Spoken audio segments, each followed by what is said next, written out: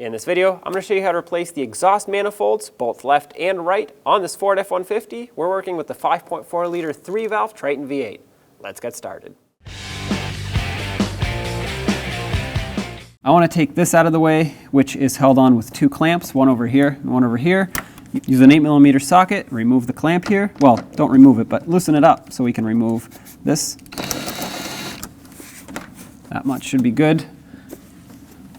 Move over here, loosen this one. You can also use a flathead screwdriver, as you can see, on both of them. And now I'm going to pull the intake tubing off of this part of the intake. Pull it up and out of the way, and give it a couple twists. That should break it free off of here. Pull this out of the way. Now we have to get this whole intake part out of the way. There's a 10mm bolt here. There's one on the back side underneath this air intake resonator, so we have to remove this, and there's two more 10mm on the other side, but we have to start here. So use your socket to take this one out. And then with a pair of pliers, we're gonna have to squeeze this clamp so we can pull this off.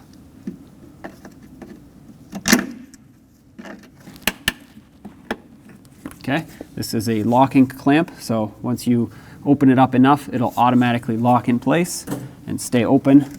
This will allow you to wiggle this right off of here, which will expose this rear 10mm bolt. So let's take that out while we're at it.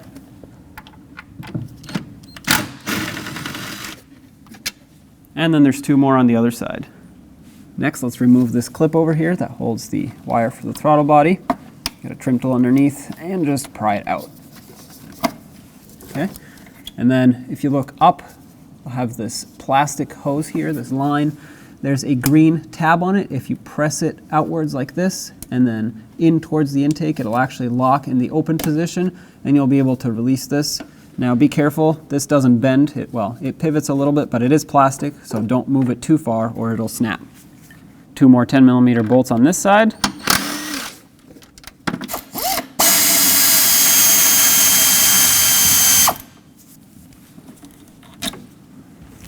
Now you can lift this up and wiggle it off of the throttle body. For this job, we're going to have to disconnect the battery. So take a 8mm wrench or socket and loosen up this mounting nut. Once it's loose enough, you should be able to wiggle the negative terminal off. Set it aside so it doesn't touch the battery terminal. Let's remove the wheel. You would want to use a 21mm socket. If your lug nuts are swollen like mine, because underneath the chrome cap it rusted, you would want to use a 22.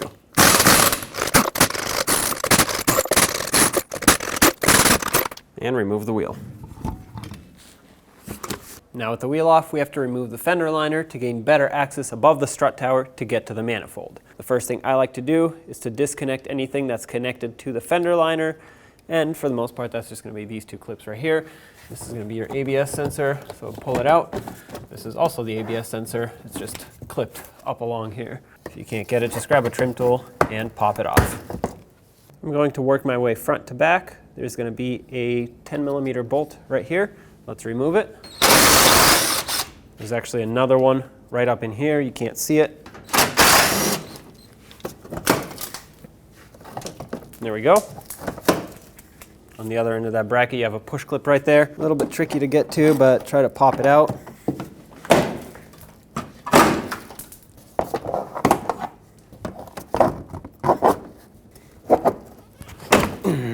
I'm just going to take this bracket completely off so I can gain better access to it since it's not coming off.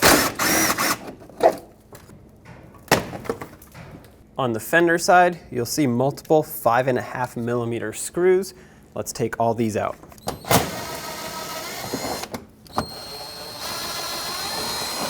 There should be a third one, but mine's missing. 7mm all the way at the back. Up at the top in the middle of it, there's a sneaky little push clip here. Let's get this one out.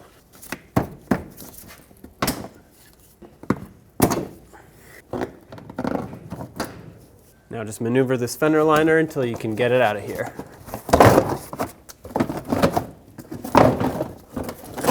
And set it aside. And let's do the same on the other side.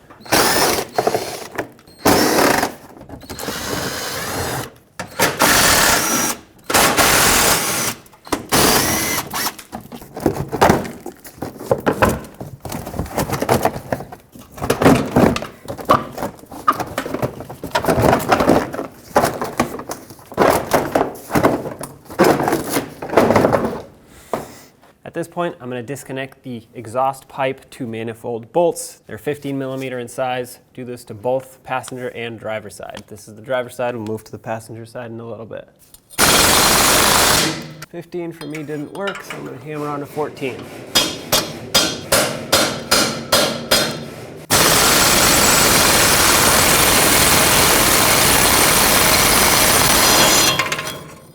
Also, I should mention I've been spraying these with rust penetrant for a little bit, so it should have done its job by now and gotten into the threads, which it looks like this one we were able to get off, so let's move on to the next one. Make sure it's fully seated. There we go. Grab the pipe, pull it down. As you can see, it broke free. Now let's do the same to the other side.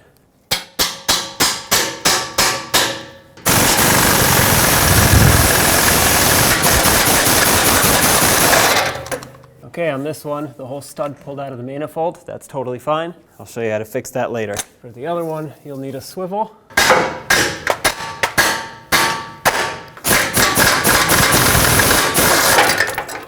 Okay, I was able to get that one off with a 15. Now this pipe should be loose, which it is. Next, I want to work on removing the engine and transmission mounts. I'm going to start on the transmission mount. I just want to unbolt it off of the frame rail right here. That way, as we raise the engine up, this is free to also raise up. Otherwise, it tilts it at an angle and things will hit up in the engine bay. So 18 millimeter socket, take off both of these mounting nuts for the transmission mount.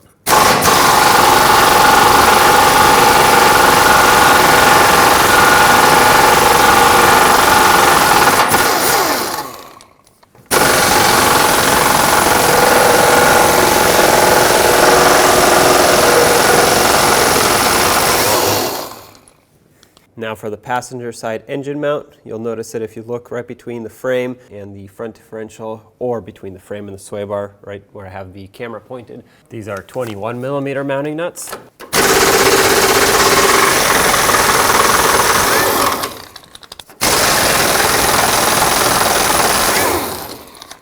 And for the driver's side, you'll notice that it's a very large through bolt on this side, unlike the other mount, which just has the two nuts and studs that go through the frame. This is a 24 millimeter bolt.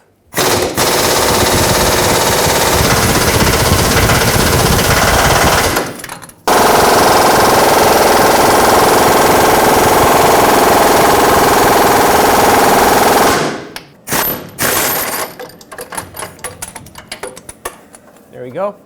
Take this out.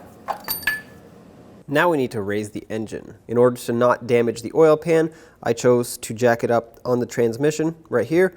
And you can see I have a rubber pad in between my pull jack and the transmission. You do not want to put a metal surface directly on here because it has a high chance of it damaging this area, the bell housing, and cracking it. You don't want to do that. So I put a rubber pad in, and this will cushion the force that this is applied here. To counterbalance that, because the engine is heavy and the transmission's also going up, I have another pull jack at the front here. A little difficult to see, but basically it's sitting at the front of the oil pan, right where it curves up. And I have two pieces of wood in here stacked together so that it can have a flat, even surface to press on. And again, I don't want to jam this metal pull jack right into the oil pan. It will bend and then you'll damage it.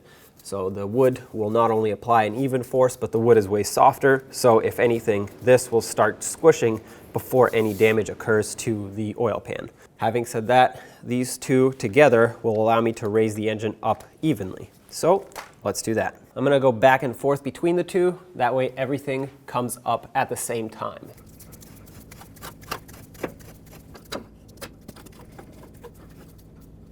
Okay.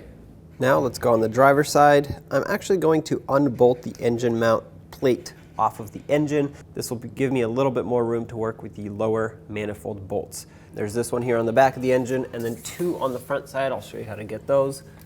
These are 13 millimeter in size.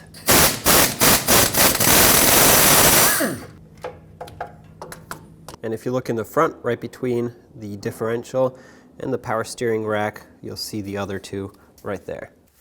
To get to them, I'm just going to go through where you would take the oil filter out. Slide a ratchet in there.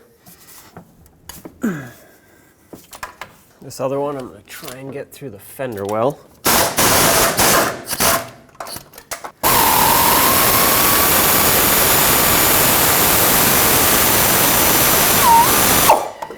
Now we have plenty of room to remove the studs and nuts that go underneath. And as you can see, the last one all the way in the back for us is already broken. It's the same at the top. These are actually very common to break, these last ones. So if you have it, remove it, start there. If not, well, I'm gonna start on the next one. These are technically 13mm fasteners. Hopefully they still are. A lot of times you have to hammer on a smaller size socket.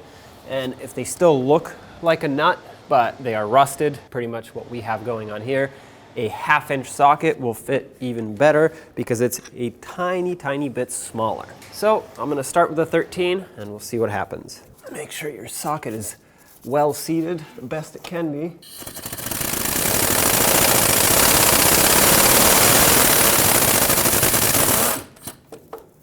All right, that's number one successfully removed. We'll see how many don't break.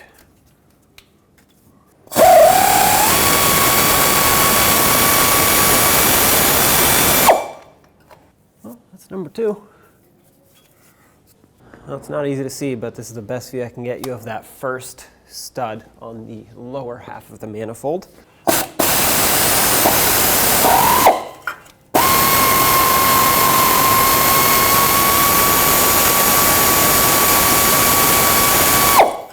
Wow, I got it.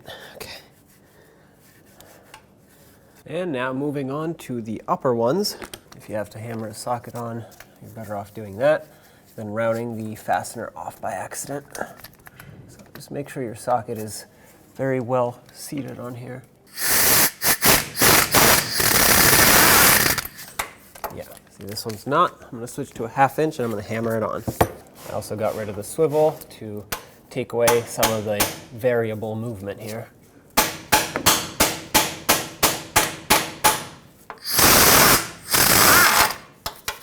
There we go.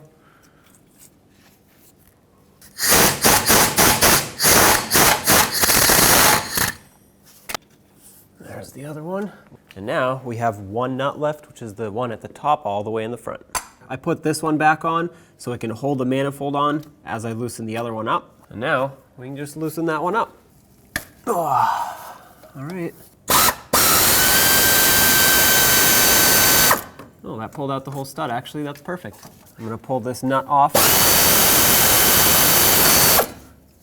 Perfect. I'm gonna pull these gaskets off now so I can get these out of the way. I want as few objects here in my way as possible. Now, it's all a matter of maneuvering it back and forth until you find the right angle to slide it out.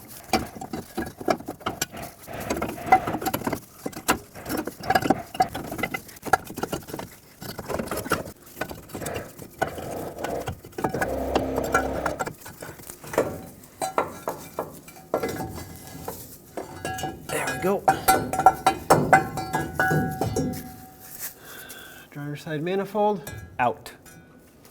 So here we are with the manifold and the gaskets out, and we need to get these two broken studs out. As you can see, these rear two over here are broken. So there are two options to get these out. You make a special tool that will basically guide your drill bit in at the right angle so you can drill them out. For that, you not only need the tool, you also need a 90-degree drill, good drill bits that'll drill through however many studs you have. The other option is the way I want to attempt it, and that is to clean up that stud, weld a nut to it, and then pull it out with a nut. I have had great success doing this in the past. I know both options are not so easy, and you need special tools for both of them. So keep that in mind. I'm gonna try this, and if this doesn't work, then we can drill it. Try and clean up that stud with some sandpaper. Push the sandpaper in with a screwdriver. Whatever you have that'll clean that up, just so we can build up some weld on there.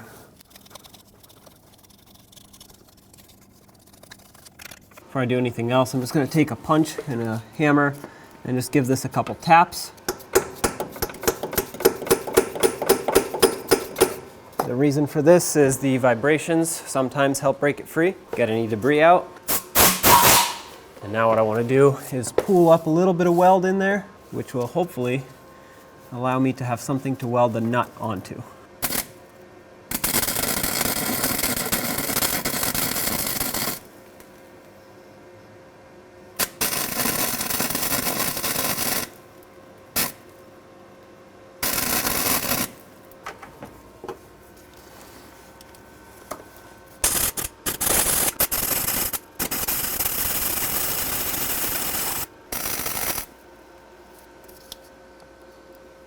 Give it another few taps.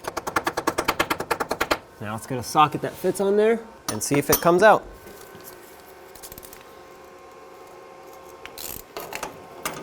I welded a second nut on here. A lot of times, first one breaks. Let's see if this does the same thing or pulls out the stud. Oh, there we go. Stud's coming out.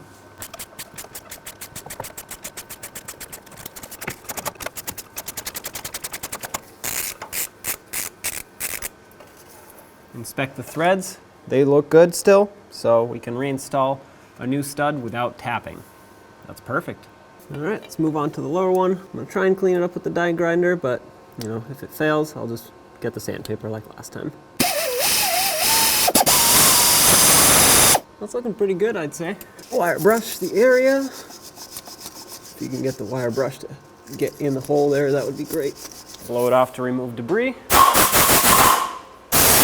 And let's puddle up some weld. I'm gonna be a lot more careful with this since it's right next to the head gasket.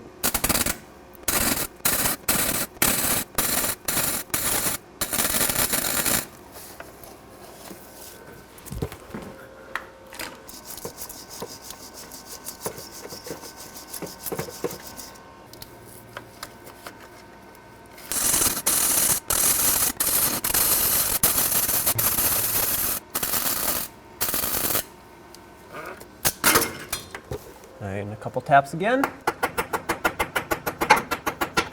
For this one, I'm gonna go no extension. Just gonna stick the socket right here and see what it does.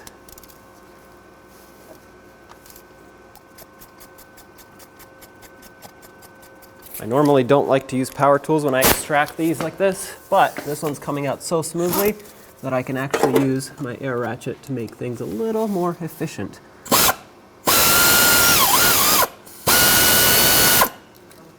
And there you go. And now to extract the other studs. Well, they used to have a hex cutout on them, but clearly they are far beyond that, so I'm just going to use an extractor socket, which has these teeth on the inside. It grips on, and if this doesn't work, I'll just go to a smaller size. And this is what I'm going to do to get them out. Hammer this on here nice and tight. A little tight in here, space-wise.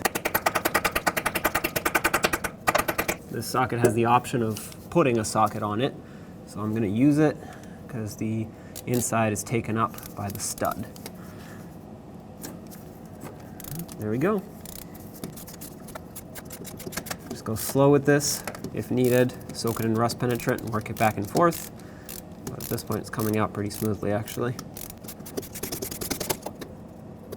And the reason I'm taking all these out is for two reasons actually. One, I don't want to reuse these. I never like to reuse these. They do rot, they do break, they get weak. Always replace them is my recommendation, and I have new ones. The second reason is I need to clean this surface here, and the best way to clean it is without these studs in the way.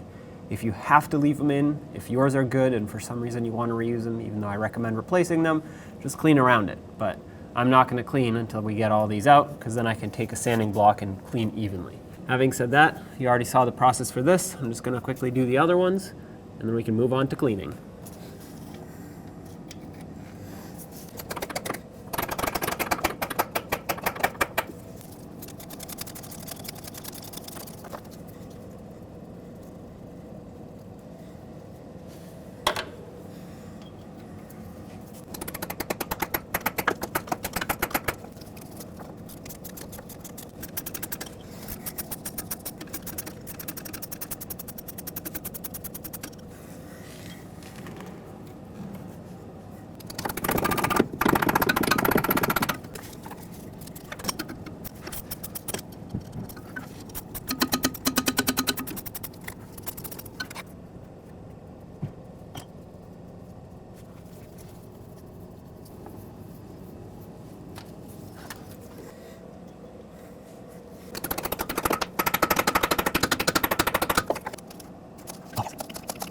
The reason I skipped this one is because when I tried it, it wanted to twist the stud, as in break it.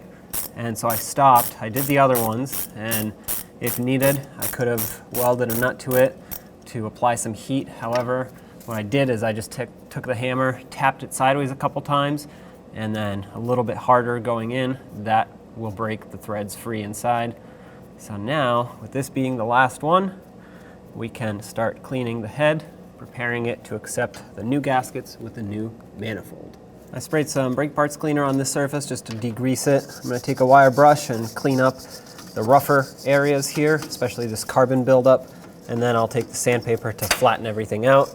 On a sanding block, that is. You don't want to just use sandpaper by hand.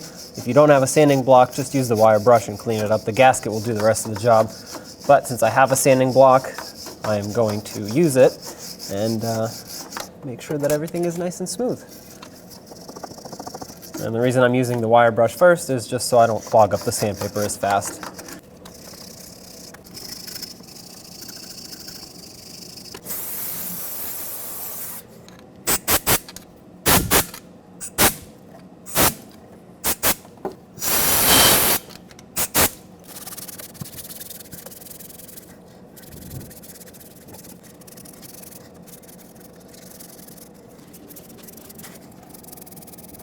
Okay, I'd say that's good for these two. Do the same to the other ones.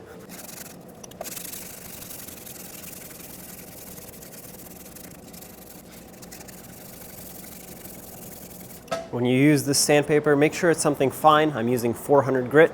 Make sure you don't damage the surface. You want to make it smooth. That's the point of this. Now with this sanded down, I'm going to spray it with brake parts cleaner to get all the debris off, all the sanding dust, any oils that are here.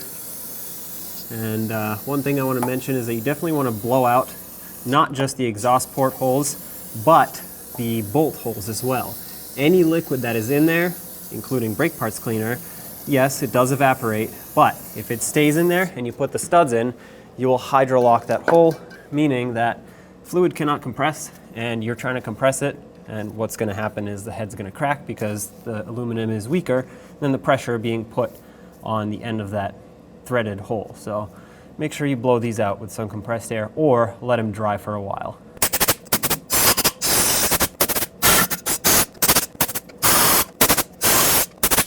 Now get your new hardware, which again, I highly recommend. Install it. It's going to have one end that has an inverted Torx cutout on it. The other end is just threads, and it ends. The end with the inverted Torx cutout sticks out because that's what you're going to use to drive these in all the way. Of course, you could use the double nut method, but they are meant to have the inverted Torx socket put on them. You don't have to put all of them in. You can if you want. I will, but you can also put them in once the manifold is up here. But I find it more difficult to do that because you're also trying to hold the manifold in place, and it's not going to stay most likely. So I recommend just putting them all in, bottoming them out. It's totally doable. You have plenty of room to work with here to put the manifold in with these all the way threaded in. And when you tighten these, you don't want to tighten them a lot. You just want to snug them. You basically just want to bottom them out and give it probably 1/8 of a turn at most, because what's happening is when you put the nut on, it's putting pressure on the stud, pulling it outwards, and that's what's going to put pressure on both ends of the thread. So it's going to tighten up the head side and the manifold side. And if you tighten these too much, you can damage the threads inside the head.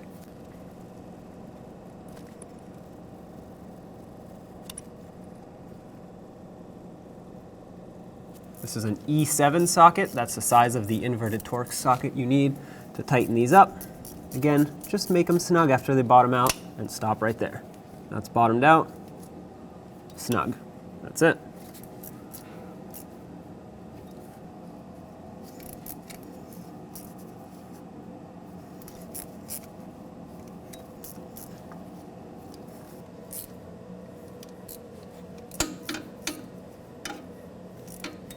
If you have new gaskets, go ahead and use those. I'm actually going to reuse the old ones because these multi-layer steel gaskets are really good and reusable as long as they're not rotted, which these are not. I cleaned them up. This is just a stain from the manifold. The other side's good as well. Because I'm reusing them, I'm going to pay attention to where I put them. This one right here, you can see it has an indent from that freeze plug over there, so I know that this one went on the front 2 cylinders with the rust imprint on the manifold side, and the other side that's cleaner on the head side. Put those on. Same with this one. Just like this. It's also easy to accidentally put them upside down. However, The way you determine which way they go is by this flat cutout here. The cylinder has it on the bottom, this one has it on the bottom, the rest is round, so kind of like a tunnel.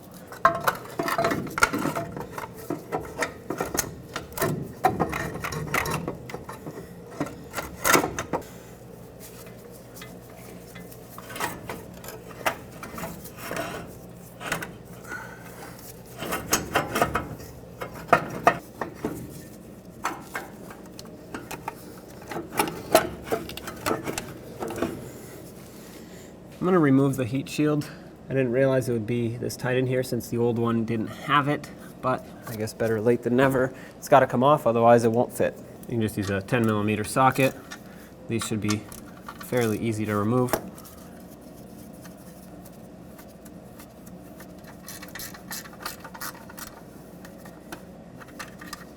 I'm just going to pull this heat shield off of here, get it out of my way. Hopefully now the manifold can slide in a little bit easier.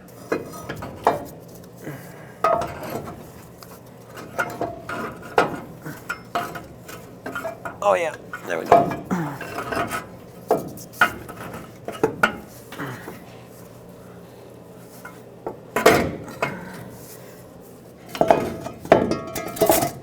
There it is.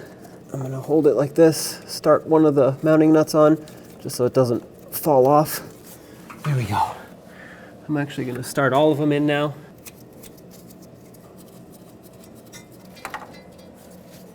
And the ones underneath.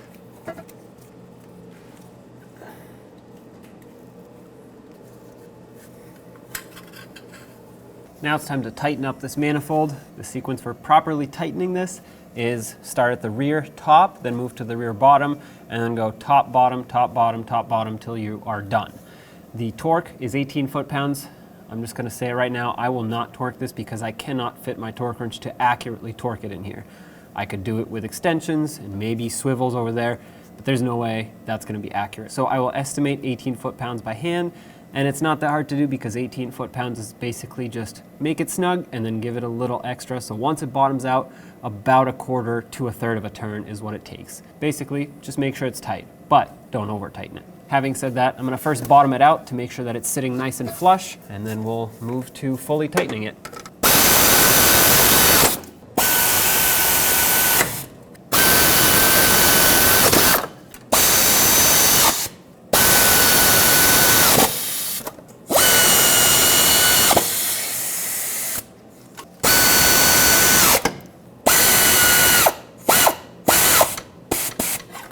These are all snug. Now I'm going to do my best to tighten them. And of course I'm going to go in the same sequence. So starting at the top here, just going to make them nice and snug. Okay. You just want that gasket to compress properly. Okay.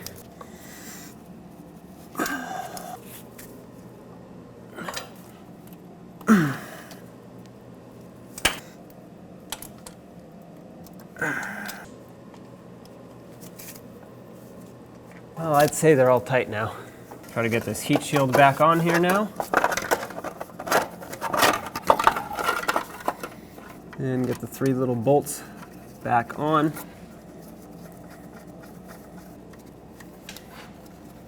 And just snug them up a little bit. You don't have to make them crazy tight. They're very small and they can break if you over tighten them.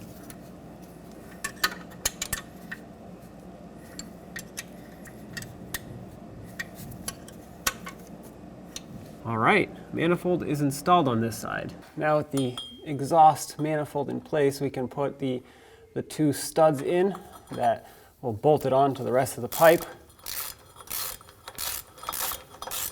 You can use a 7mm socket to thread these in, and you just bottom them out, make them snug, just like that.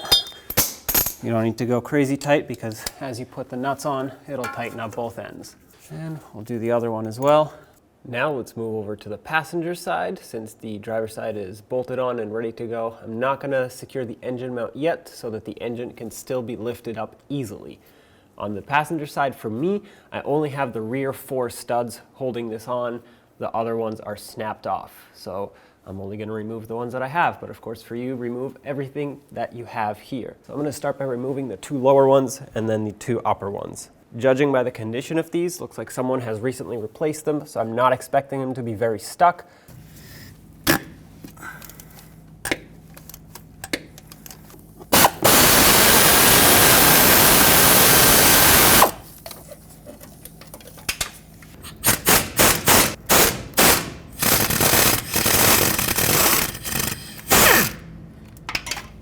Up at the top, let's get these two off. And like I said, these are the last two for me because they were the only ones holding this manifold on.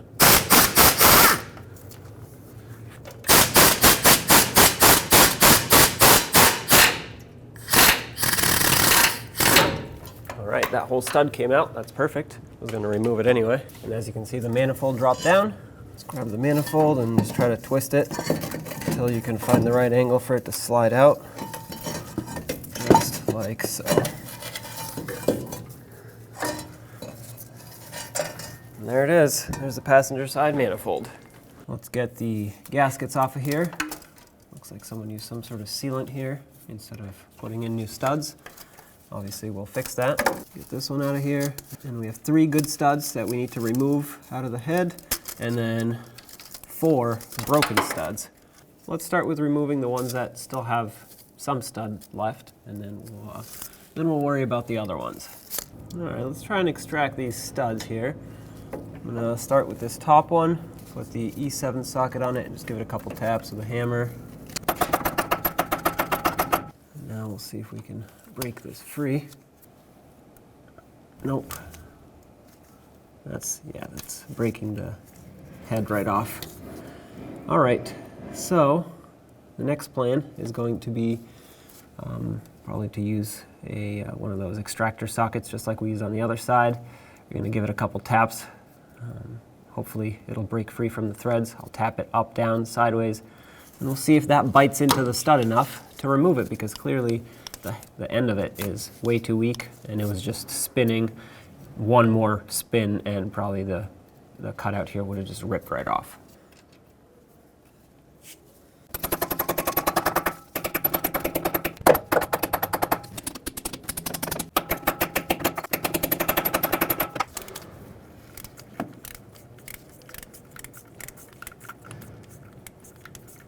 Well, that didn't do it. Okay, I'm just gonna give the area around the stud just a little bit of heat. This is aluminum. I do not want to melt it or anything. I just want to make it warm. Aluminum does absorb heat very well and transfers it actually very well. So when I do this, I'm going to make sure that I am not pointing the tip of my blue flame very close to it.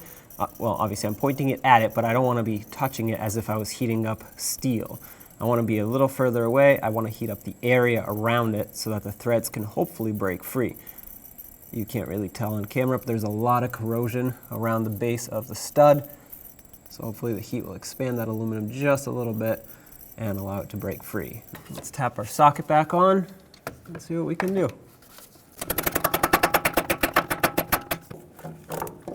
Nope, socket's not gripping on enough.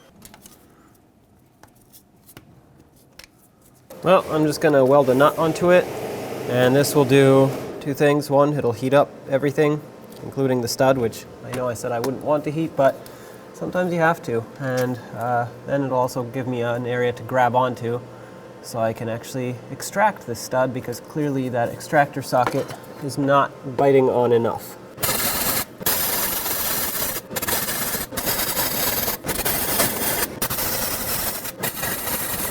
Give it a couple taps.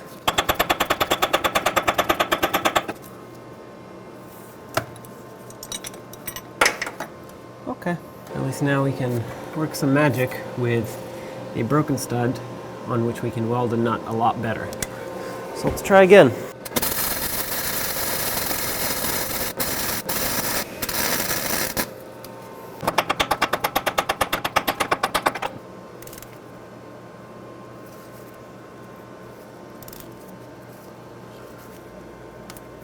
Oh, I just broke it free.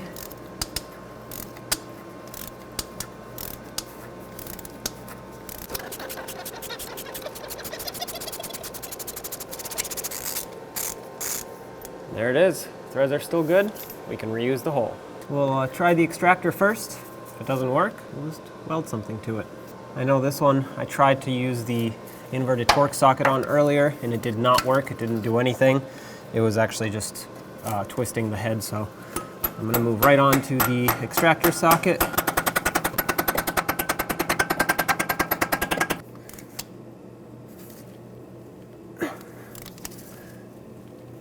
Nope.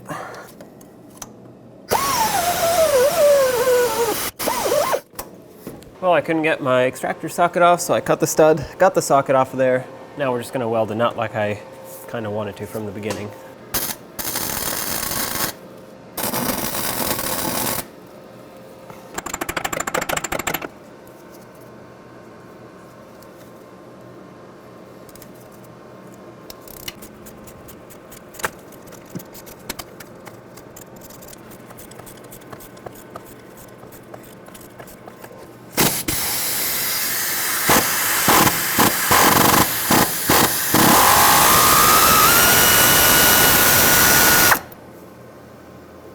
Well, I won't bore you with too many details, so I'm just going to go ahead and remove all these studs. I'm just going to weld nuts onto them and hope for the best. I hope they come out.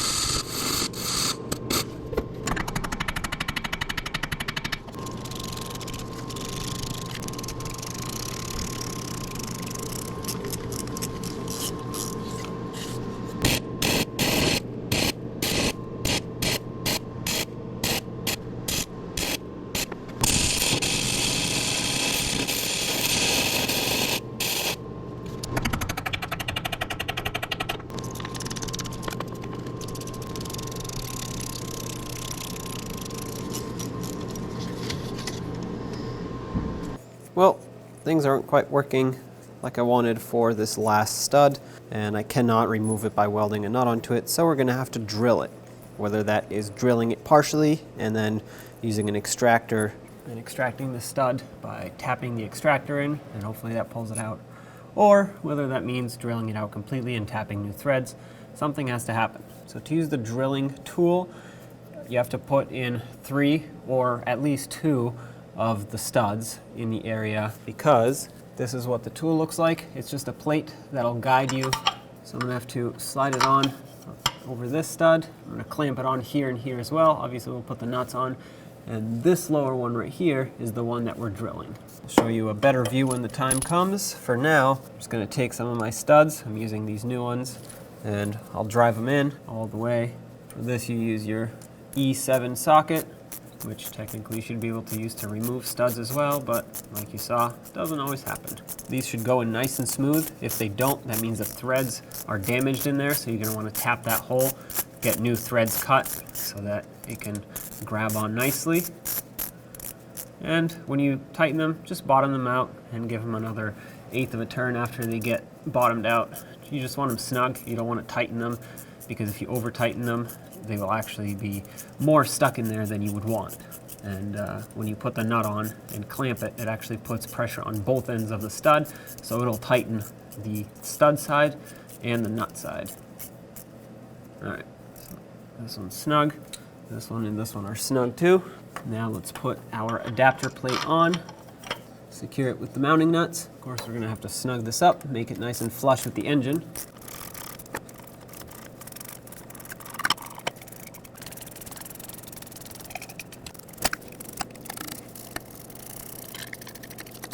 Okay, now you want to take this adapter, and this has 3-valve adapter. This is a 3-valve 5.4 liter. So we want to use this one, and you'll see that it has a little insert here. This is what's going to guide your drill bit as you drill. So you want to attach it to these 2 nuts here, that are pressed into this plate, and then you have 2 valve over here and 3 valve over here. That's because the exhaust stud for the 3 valve is right here. So this should fit on perfectly like this. A little tricky to secure it in here because there's limited space to hold it. But once you get this one started, just thread it on all the way. And these little bolts you just tighten by hand. All you want is to hold this plate on. You don't have to crank it down with pliers or anything. All right. So at this point, we just need a 90-degree drill so it can fit in here. And then we can start drilling the stud out. Again, that will guide the drill bit for you. It's important to spray some lubricant in the hole where you're drilling. You want to lubricate the drill bit so it can last longer, and that way it prevents it from overheating too. And even though we are being guided by this insert, try to keep the drill bit as straight as possible, of course.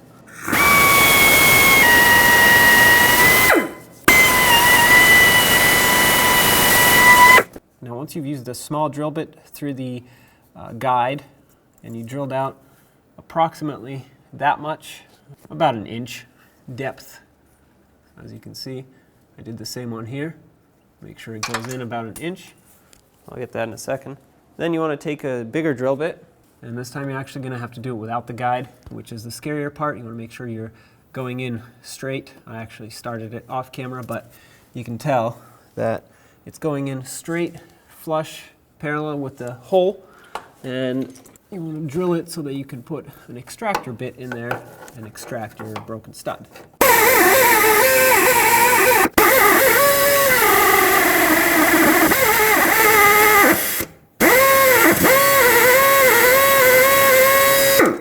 That just went through the stud.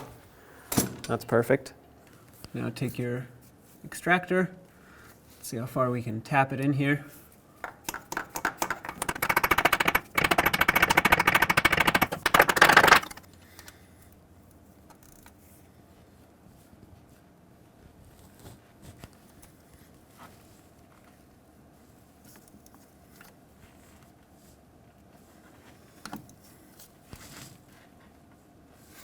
As you might have already noticed, this process unfortunately did not work for us, and the extractor that we were using, we actually tried several, just was not biting enough. I think what's happening here is the threads of the existing bolt in there are so corroded they are forever attached with the head. So what we ended up doing to fix this is we just drilled it out one size bigger than what you just saw me drill out, and then we just tapped new threads into it so we can use another bolt.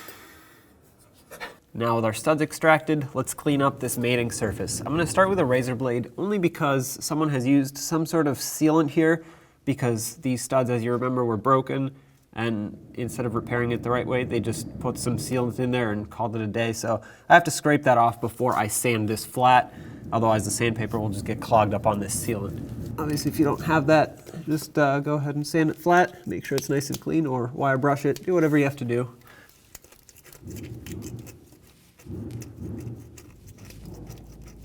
The reason I'm using a razor blade, not a screwdriver or anything else. If you had a gasket scraper, I guess you could use that, but this is aluminum, so it'll get damaged very easily if you dig into it with a screwdriver or something very pointy and hard. So the metal that you're using cannot be harder than this. And I know the razor blade is, but because it's so thin, it actually makes it a lot weaker.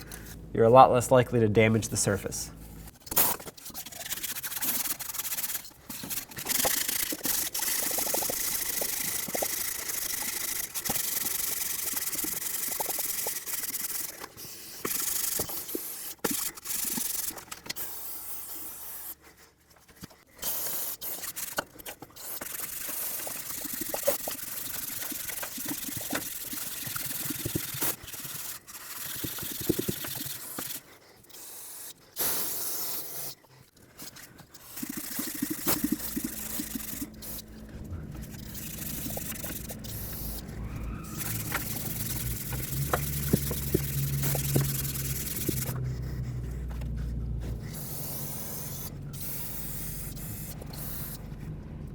Now it's time to put the studs in. So first I'm going to blow out these holes, make sure there's nothing in there.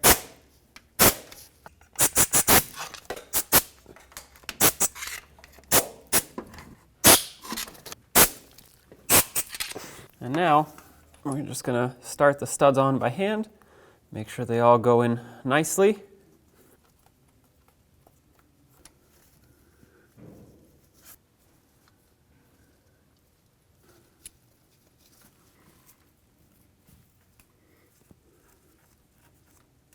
For me, that one, well, I had some mishaps and it's actually tapped to a different size, so I'm not going to put the stud provided in at this point. I'm just going to wait, and I'm actually going to use a bolt on this one once the manifold is on. Again, that hopefully doesn't happen to you, but this is the case for me. So now we're just gonna bottom these out, make them nice and snug.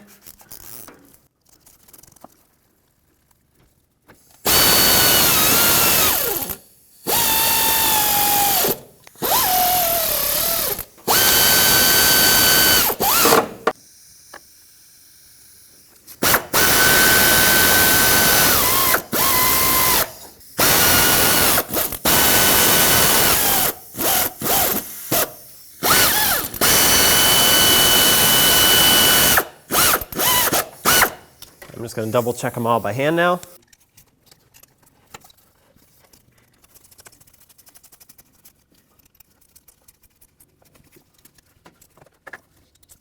Now it's time to put the gaskets on. Okay, they're not going to stay perfectly, but as long as they stay kind of in place, they should be good to go. And right before we put in the manifold, put in these studs at the bottom. Bottom them out, and then we'll tighten them. On this side, you actually can put these on first. On the other side, we could not. To tighten these, you can just use a 7mm socket. Just make them snug. There we go. Just like the studs on the head, when you put the nut on, it'll tighten both ends. Now you can take the manifold and slide it in.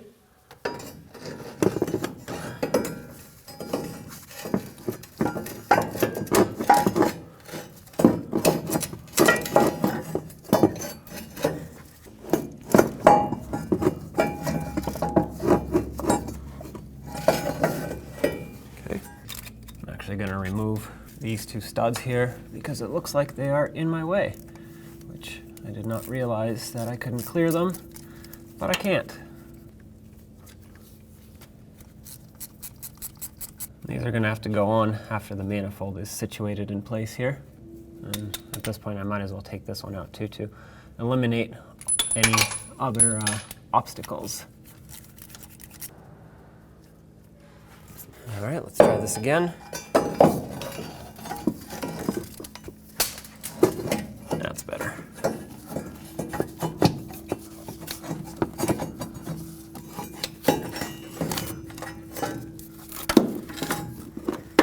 Okay, now we can put these studs in and then the gasket.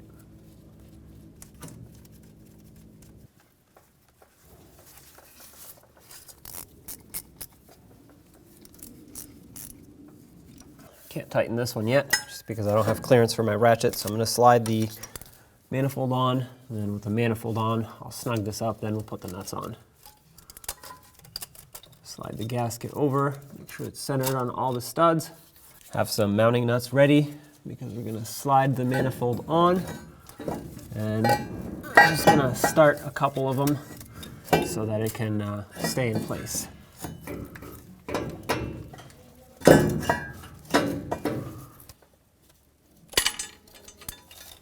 That one was blocking me, so I took it back out, probably because it can't go in all the way. Okay, hold the manifold on and start on one of the mounting nuts. Doesn't matter which one, just one of them so it can stay here. And start on a second one. I guess now you can just start on all of them as long as it's staying in place. Okay, all the top ones are done. I'm gonna sneak in here and do the bottom ones.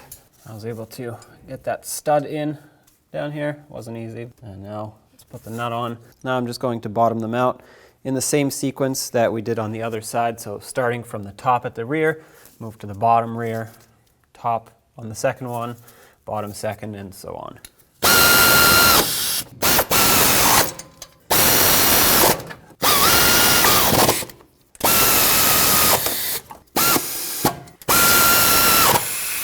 And now when it comes time to the final torque of this, just like the other side, I do not have space for a torque wrench, so I'm going to use a beefier ratchet and just make it snug.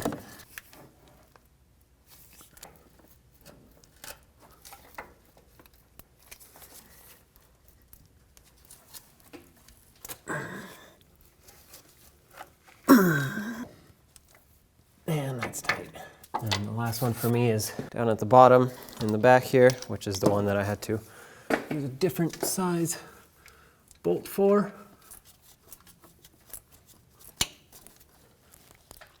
Okay, whew, that's tight. If you remember, we have this stud right here to extract or to remove. I guess if you wanted to reuse it, you can, but I don't see the point. We have two new ones and two brand new mounting nuts. So what I'm gonna do is just put a pair of locking pliers on the stud end and then use the socket on the nut side and pull it right off. If you have to put some heat into it, go for it. Hopefully we don't, but we'll see what happens. Get them on nice and tight. You can crank this down a little extra to get some more tightness, I guess, out of the locking pliers.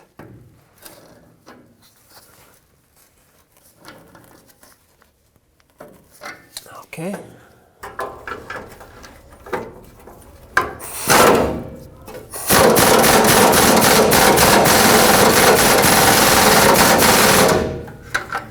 Well, looks like I do have to put some heat into it.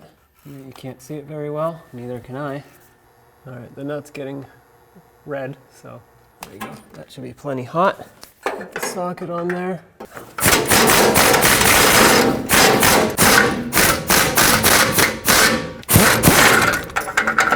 Okay, there it goes. Get this out of here. Now, with everything situated, let's lower the engine. In my case, I'm just gonna lift the vehicle with the lift and leave the pull jacks where they are. I'm gonna go very slow to make sure that everything happens as it should. You wanna pay attention, especially to the two motor mounts, make sure those seat properly.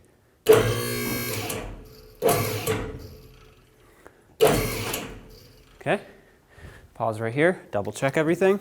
Yep, engine mount is seating on this side. Okay, I'm gonna go up a little bit more, and then we're gonna go reconnect the driver's side engine mount to the block. I don't wanna wait until it's fully seated. I'll show you why. Okay, that should be good right there. So here it is. The reason I don't wanna wait is because we need to be able to move this around a little bit to line up the bolt holes. And if you put the engine right on it, obviously you're not gonna be able to move it around anymore. Now let's get the 3 bolts. We'll start with the rear one because it's the most accessible and it's already lined up. Start this one in. Not gonna tighten it yet though. I still need this to move to line up the other ones. Okay, I got this lower one in on the front side. Last one, and the trickiest one is gonna be the upper one.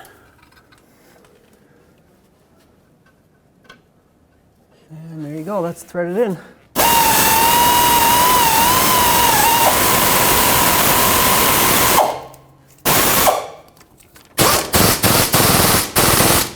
And back to this one in the rear. All right, that's tight. And now as we lower the engine even more, you want to pay attention to the engine mount, make sure that lines up, but also make sure that these studs for the exhaust will go through on both sides. That way you can mount the exhaust. So let's just go slow, take it step by step, and lower this engine.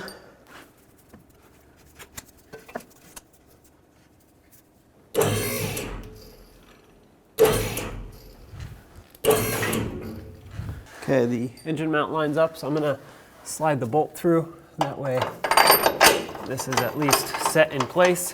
Thread it on as much as you can by hand, and then we'll tighten it later. At least that'll be lined up for good now. All right, here we go.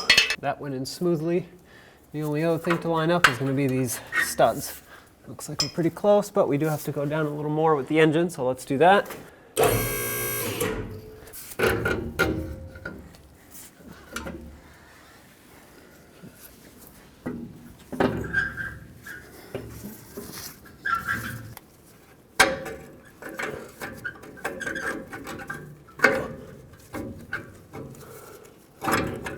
And now with a 14mm socket, let's tighten up these mounting nuts. We'll go back and forth, that way it seats evenly.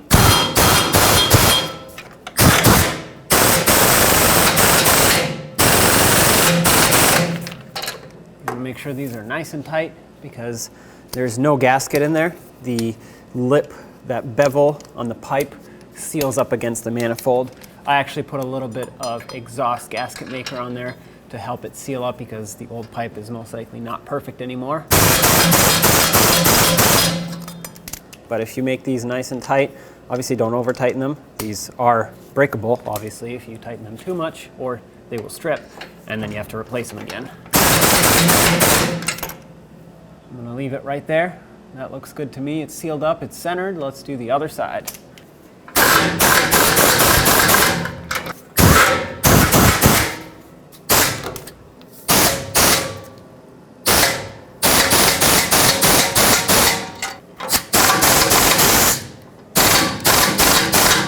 All right, that's nice and sealed up as well. It's even, it's seated, perfect. Now the passenger side engine mount had this plate on it, which most likely fell off as you were removing it. Put the two mounting nuts back on, and let's tighten these up. Then we'll move to the driver's side and tighten that one up. I wanted to do this one first, that way I know that both of them are situated perfectly as they should be.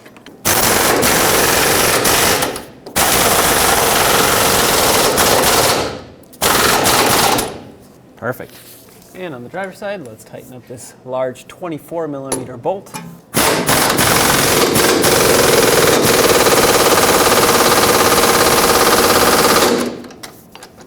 Nice and snug.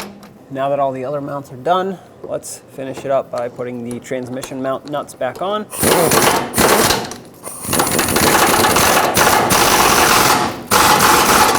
Nice and snug. And now it's time to put the fender liners back. Just trying to line it up the best you can. It's not going to be the easiest because these are fairly stiff and molded to exactly how they want to sit. I'm going to reattach the ABS wire on the back side, and you just basically have to find the position that it wants to be in to slide behind everything. The fender, this wheel arch, line up with the strut tower in the front here. It's not difficult, it's just time consuming.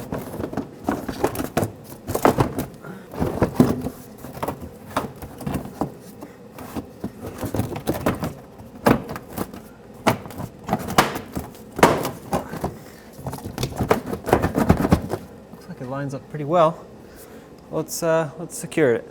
Doesn't really matter where you start. I'm just going to start at the rear on this screw right here that goes through this wheel arch, as well as the fender, and then the fender liner clamps them all together.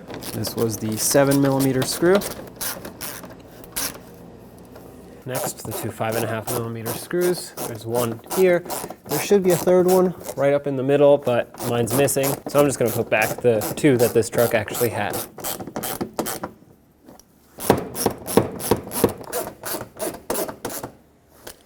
And at the front, don't forget about this plastic bracket here. The bolt on this side stayed in the fender liner for me. And this one I'm gonna line up and start in.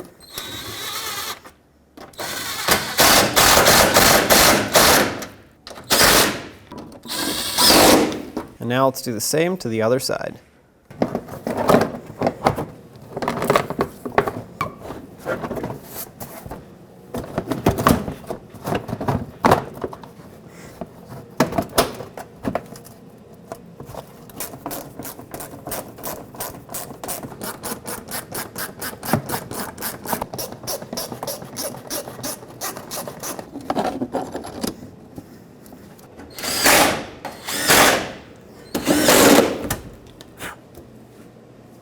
Let's get the wheel on.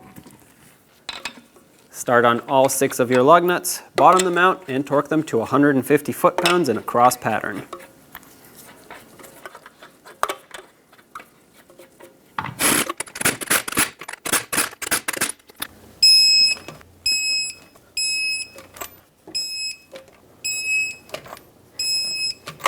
Let's put this back on, make sure it slides over the throttle body and bottoms out completely.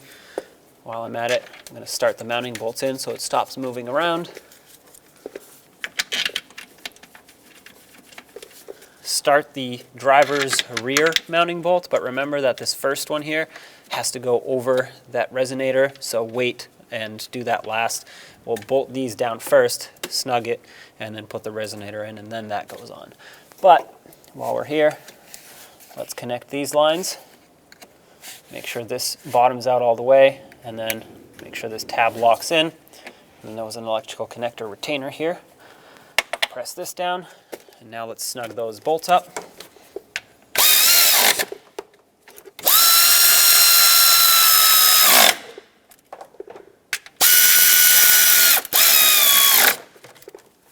Make sure these are nice and snug. Okay, and now we can put this resonator on. Now let's get this back on. Make sure it's fully seated on there. And before I release this clamp, I'm going to slide the bolt in. That way I know it's all lined up. Snug this up while I'm at it.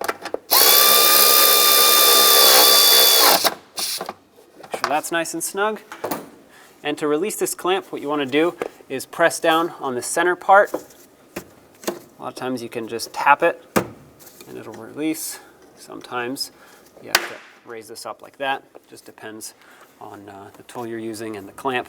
But basically this hook stops on this side of the clamp and you have to raise this side up and lower this one. Now let's put this part of the intake back on. Get it onto the air box first. Make sure it slides on and it's completely bottomed out. As you can see, these two arrows need to line up. And over here, slide it over. Make sure this clamp is still properly secured on there. Let's tighten it up. Use your 8mm socket. And just make it snug. Don't make it too tight because these clamps do strip out. And if you break it, you'll need a new one. There we go. Do the same over here. Make sure this is still seated all the way. You don't want any air leaks. And there you have it. Now let's reconnect the battery. Put it on. It might make some noises and potentially a little spark. That just depends on how many things are trying to run at the same time. Use the same 8mm wrench or socket. Tighten it up. Just make it nice and snug. What you're going for is not to crush this completely, but just enough to not be able to move this around. That's perfect. Also make sure it's bottomed out all the way. You want it flush with the bottom, not flush with the top. Now with everything back together, turn the truck on. Make sure you have no exhaust leaks. If you do, you're going to want to correct them, of course, and take it for a road test.